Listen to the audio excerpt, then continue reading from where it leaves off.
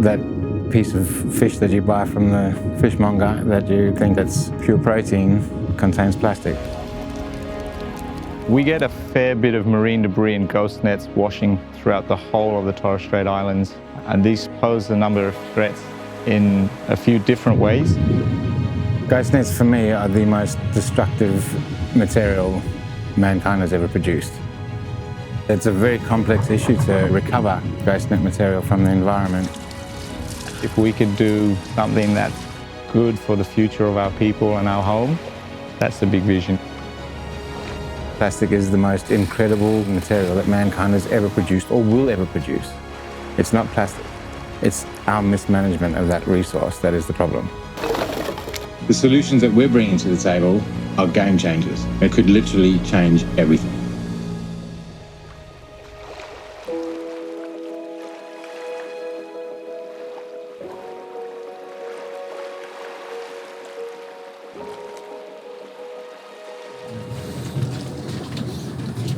Now they're going straight to the outlet. Alright, so we'll go on. Check out the area that we cleaned only months ago. Yeah. Hundreds of bottles just in here. It's such a beautiful beach, and then you have this. As it comes up and around, it goes further in and just it's like this, but even more. Soul destroying.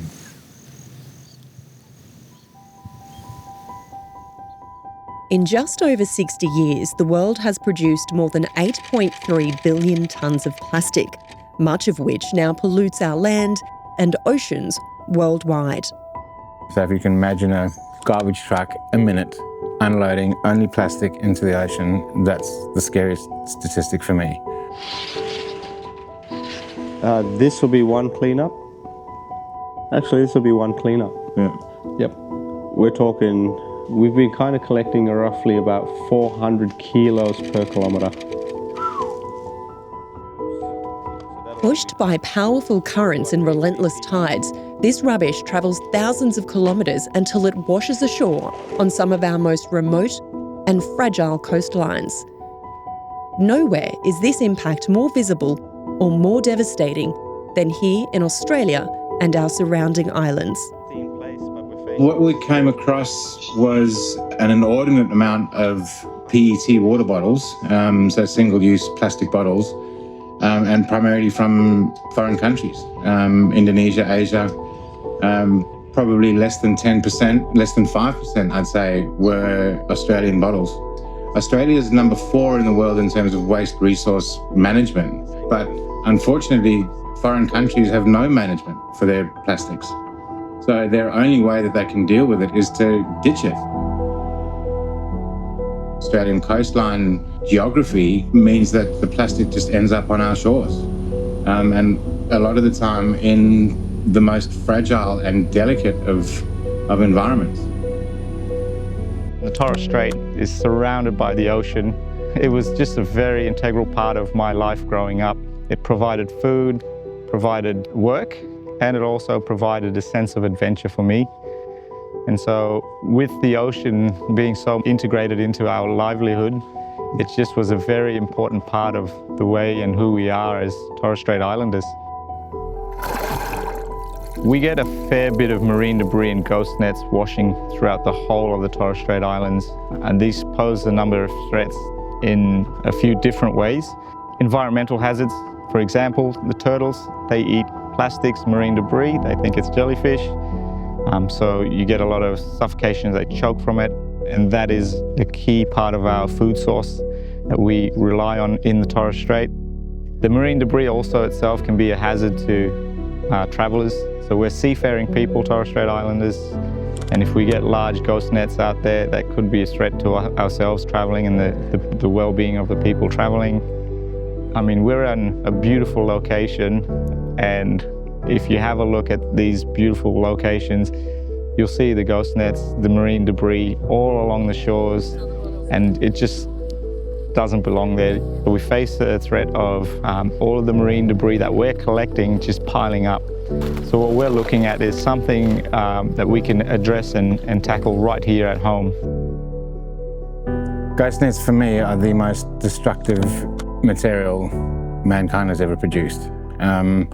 Seeing a ghost net in action in the water is a very, very remarkable thing. Typically, ghost nets are fishing gear that has been discarded by fishermen, and in them cutting it free means that this now becomes a floating ball of death and destruction. Typically floats on the surface depending on its material that it's made from initially, until it becomes more and more laden with dead and dying marine animals, in which case it becomes neutrally buoyant, sinks a little bit, becomes very difficult to locate from the surface, and gets heavier and heavier until once it's enveloped into the reef, it becomes part of that reef. And so to remove that oftentimes creates more death and more destruction in getting that net off the reef. Then any animals just like us who eat plastic or eat fish that have plastic then get impregnated with that plastic, and as it moves up the food chain, so it expands and becomes exponential. So there's been studies done that confirm and prove that microplastics and nanoplastics can cross the blood-brain barrier, which means it can cross the semi-permeable membrane that is between blood and tissue. So fetuses in the uterus can absorb plastic from the mother, who's absorbed plastic from the environment. So why don't we simply remove the nets and pick up the island debris? Like many aspects of life, it isn't quite as easy as it sounds. The challenges it creates are A, the location and detection. They become neutrally buoyant, and so they're just underneath the surface of the water. And unless you've got thermal cameras and unless you've got some high-tech gear in order to locate those and detect those nets, the Great Barrier Reef is 350,000 square kilometres. There is an enormous amount of space that, how do you search that space? So looking at A, the detection of them with using long-range drones to be able to find these nets, and then underwater sonar to be able to establish the magnitude of what these nets are. Sometimes these nets are in current areas that are six knots of current, and a diver can't feasibly, safely enter the water and assess the magnitude of this net in a 6-knot current. So remote communities also have an added challenge in biosecurity hazards. You can't bring that sort of material onto mainland because of its biosecurity hazards. That will unfold into a whole heap more issues than the issue that we're trying to solve. And solve they have. Thanks to a unique combination of technology and machinery, Connor is transforming a former seafood processing vessel into a mobile ghost gear recovery and processing unit that will be able to be transported between islands, a game changer for a suite of issues. It's one of the big challenges, besides the biosecurity for us, is logistics of trying to get it off the island. So the costs alone to try and transport this and to freeze it while transporting to mitigate that biosecurity risk costs a lot of money, and that's money that we can't afford. Yeah. So all the stuff that you guys have collected so well, we could have the barge landing right there and processing right on the barge. That means that we're mitigating all the biosecurity challenges that we've been talking about, being able to process it right here. That's the trick to it all. A former emergency nurse and advanced care paramedic, Connor spent years working in some of the world's most remote and challenging environments. Here, he witnessed both the hardships and the resilience of these communities. This inspired a 3-decade-long mission to help these communities gain access to fresh, clean water and health. Achieving this vision required sustainable funding, leading Connor to embark on an extraordinary journey and a love of plastic. There are a lot of people that are against plastic. I'd say plastic is fantastic. Plastic is the most incredible, life-saving, game-changing material that mankind has ever produced or will ever produce. It's our mismanagement of that resource that is the problem. It's not plastic. Plastic changes and saves lives. In a remote medical setting, you cannot and will not be able to achieve the same results as you can with plastic. So looking at the bigger scope of the problem, being plastic in the oceans and how to mitigate that, I discovered plastic pyrolysis as a means to turn plastic back into fuel, its derivative, and in particular small-scale solutions like this one just behind me. It's from the Scarab beetle, they call it.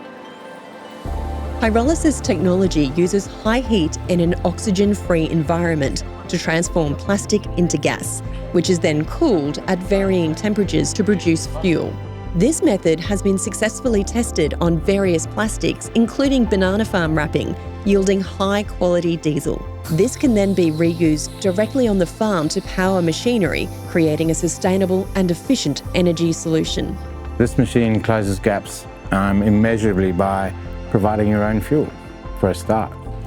So being able to process the material coming out of the water takes fuel. It's oftentimes very remote and difficult to access. Being able to produce your own fuel to be able to continue your production and your operations is paramount. The solution is further enhanced by a second piece of portable equipment known as a melter. This innovative device can recycle various types of plastic, transforming them into new products such as building materials and diving gear. The melter takes a raw material in the top of the hopper, so it's like a big funnel, but it's heated, and it heats the material, melts it down into a toothpaste type consistency.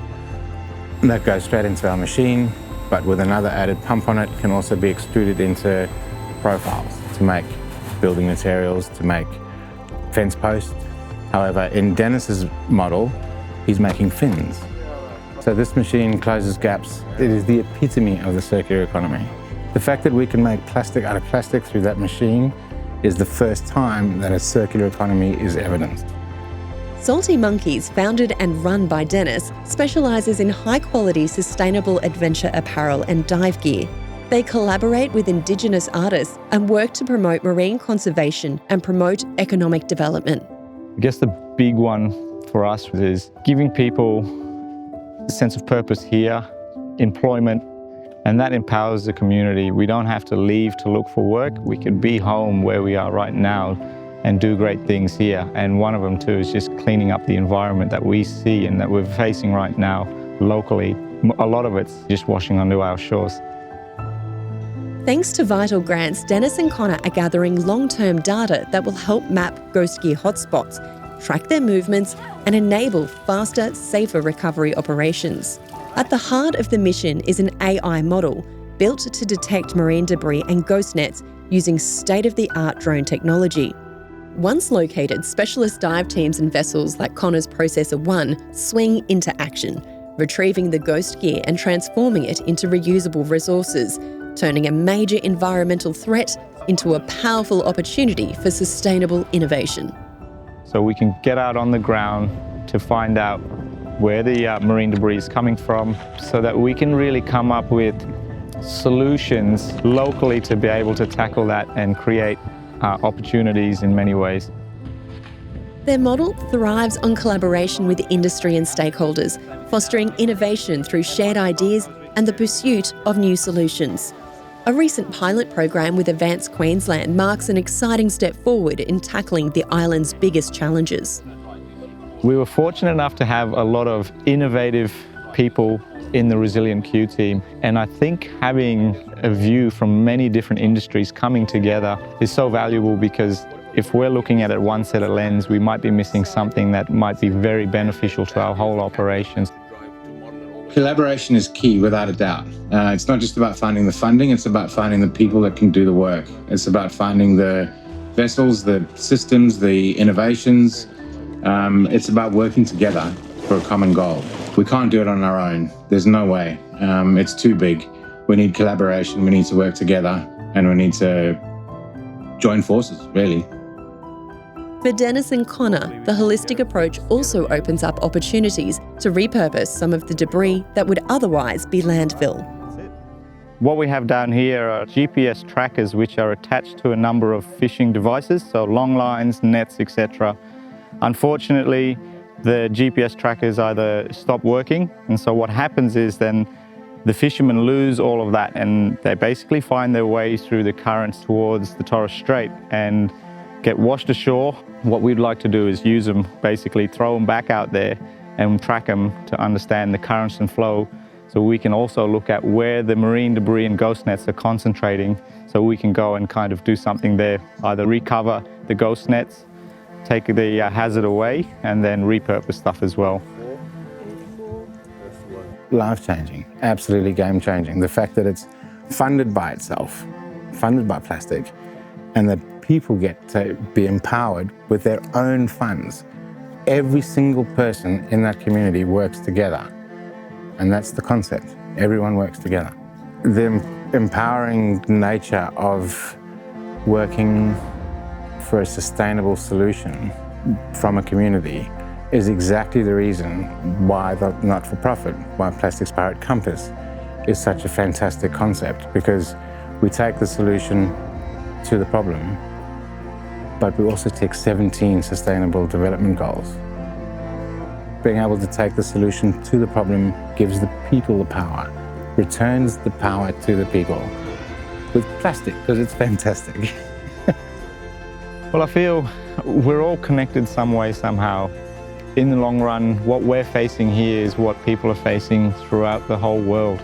The partnerships that we're trying to create in all of this is an empowerment roadmap, is a way that everybody gets to win in the game to save the planet. No one made a greater mistake than the person who did nothing because they could only do a little. Everyone has a part to play. We wrecked it, we've got to fix it.